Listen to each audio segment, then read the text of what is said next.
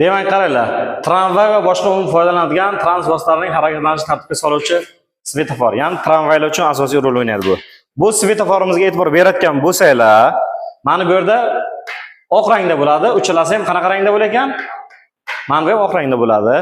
Qachonki bu svetoforni, masalan, o'ngga burilish kerak bo'layotgan bo'lsa, mana bu bilan mana bu qo'shib birgalikda yonsa, qayerga yurar ekan?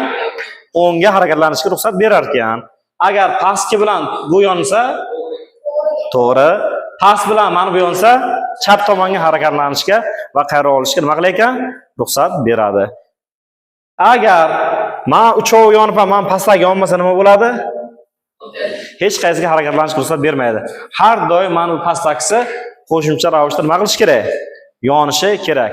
Tushunarlimi? Qaranglar. Mana bu yon uchalasi. Qayerga harakatlanishga ruxsat bergan? To'ppa-to'g'ri to'g'riga va o'ngga. Endi qaranglar. Mana bu harakatlanishga yongan svetofor. Demak, to'g'riga va chapga harakatlanishga ruxsat beradi. Demak, mana bu ishoramiz nima ekan? O'sha tramvaylarda ko'proq ishlatiladigan nima ekan? Svetoforlar hisoblanadi.